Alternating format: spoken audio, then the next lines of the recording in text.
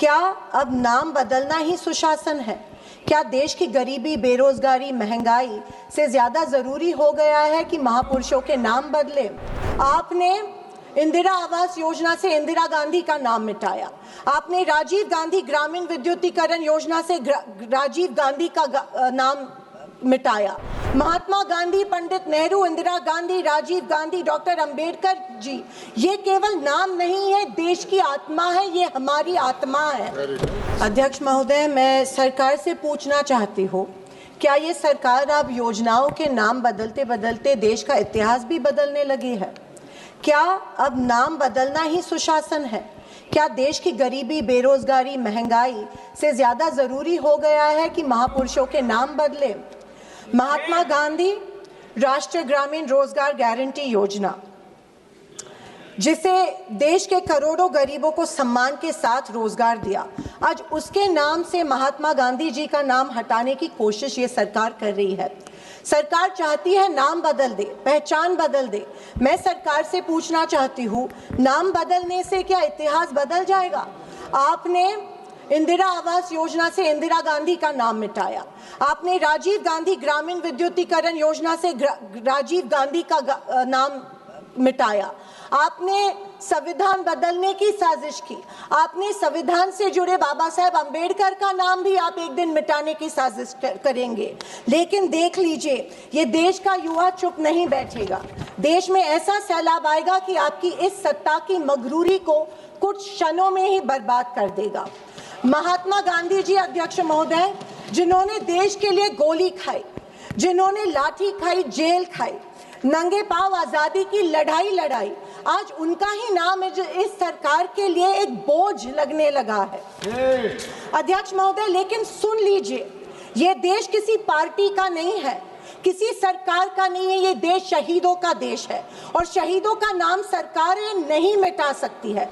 Mahatma Gandhi, Pandit Nehru, Indira Gandhi, Rajiv Gandhi, doctor Ambedkar ji, ये केवल नाम नहीं है, देश की आत्मा है, ये हमारी आत्मा है। अध्यक्ष महोदय, जब नाश मनुष्य पर छाता है, पहले विवेक मर जाता है। अध्यक्ष महोदय, पीएम मोदी जी ने एक बार इसी सदन में मनरेगा को बदनाम करते हुए इसे गड्ढे खोदने वाली योजना बताया गया था, जिसे आजीविका बनाए रखना और ग्रामीण गरीबी से लड़ने के लिए बनाए गए इस ऐतिहासिक अधिकार आधारित योजना और कानून के महत्व के बारे में इनकी सीमित सोच जो है वो पता चलती है। अध्यक्ष महोदय, गरीबों के खिलाफ मोदी सरकार ने बजट में कटौती की।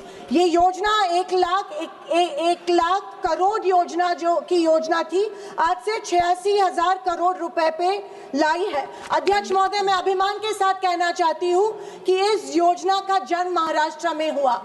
नरेगा योजना, एम्प्लॉयमेंट गारंटी स्कीम के नाम से ये जानी जाती है महाराष्ट्र में। कोविड में इसी योजना ने किसानों को की रीढ़ की हड्डी बनके किसानों को आधार दिया। इस कानून ने महाराष्ट्र मॉडल को पूरे देश में लागू किया और ग्रामीण परिवारों को 100 दिनों की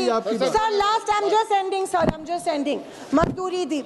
लेकिन आज सर स्टेट्स को 60-40 प्रोपोर्शन में ये रेशियो दे रहे हैं। सर, इसका मतलब ये है कि जहाँ पे इनकी सरकार है, ये तय करेगी कि योजना कब लागू होगी, कितने दिन लागू होने वाली है और कितने इलाकों में लागू होने वाली है। और जहाँ पे इनकी सरकार नहीं है, ये जो 40 का हिस्सा है, वो 60 का हिस्सा है, वो सर ये वो इनको नहीं देंगी।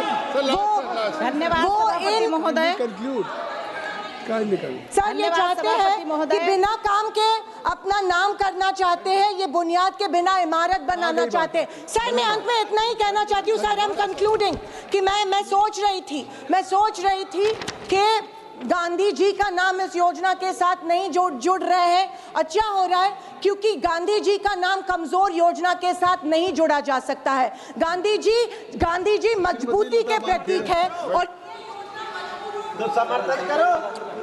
धन्यवाद सभापति महोदय। मैं आज इस पवित्र सदन में केवल एक विधेयक का समर्थन करने के लिए नहीं खड़ी हुई हूँ, बल्कि मैं आज उस ग्रामीण भारत की आवाज बनकर खड़ी हुई हूँ जिसने दशकों तक मेहनत की।